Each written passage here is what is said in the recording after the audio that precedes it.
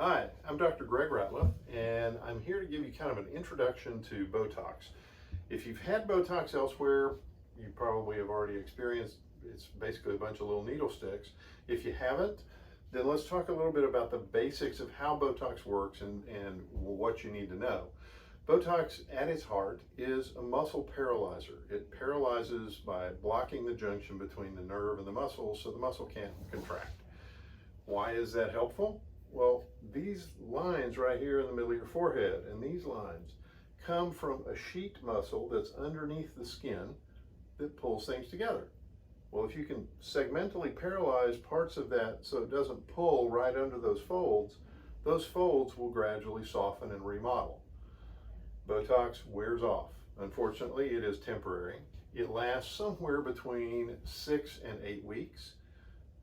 If it wears off too fast, do it more. Because the reality is, if you let it wear off and then you hit it again, you've let the muscle recover. And now it's as strong as it was and you're having to paralyze it again. But if you come back as soon as you see it starting to twitch, we can hit it again and it gradually weakens and weakens and weakens, and it lasts longer and longer and longer.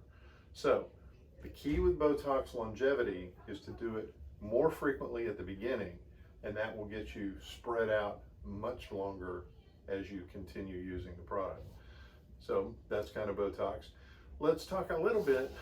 I hate to talk about complications, but there's no way to do this kind of stuff without having an occasional problem.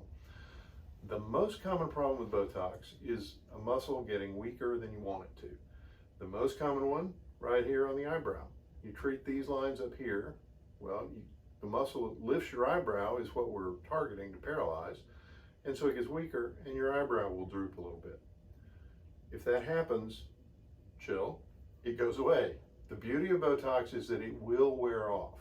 So if you don't like the effect and you don't like what it does, all you have to do is wait. And it's frustrating, but that's how it works. You just wait for it to wear off.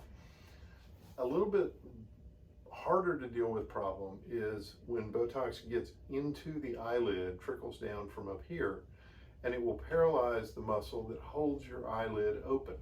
Okay, so now you kind of look like, Pete the Pirate, because it's down one side. There is a treatment for that. What holds your eyelid open is actually two different muscles, one of which is under voluntary control. It's a skeletal muscle, and that's what Botox works on. The other one is under control of what's called the sympathetic nervous system that runs your heart and your breathing, and you can't control it, you can't change it. But there are eye drops that will stimulate that muscle and cause it to contract. And so you may be using those eye drops for somewhere around 4 to 6 months until the Botox wears off, and then your eye works perfectly normally again.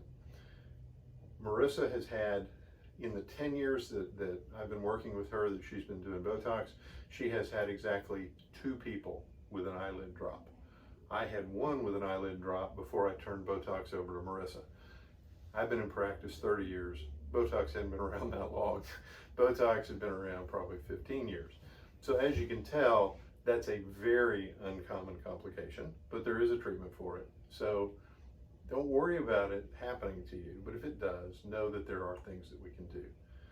That's kind of the summary of Botox and how it works and the biggest potential problems with it. It really changes things in terms of what it can do for your face and how you look without major intervention like surgery or something else. So it works, give it a whirl, and if you have problems, we're here for you. Thanks.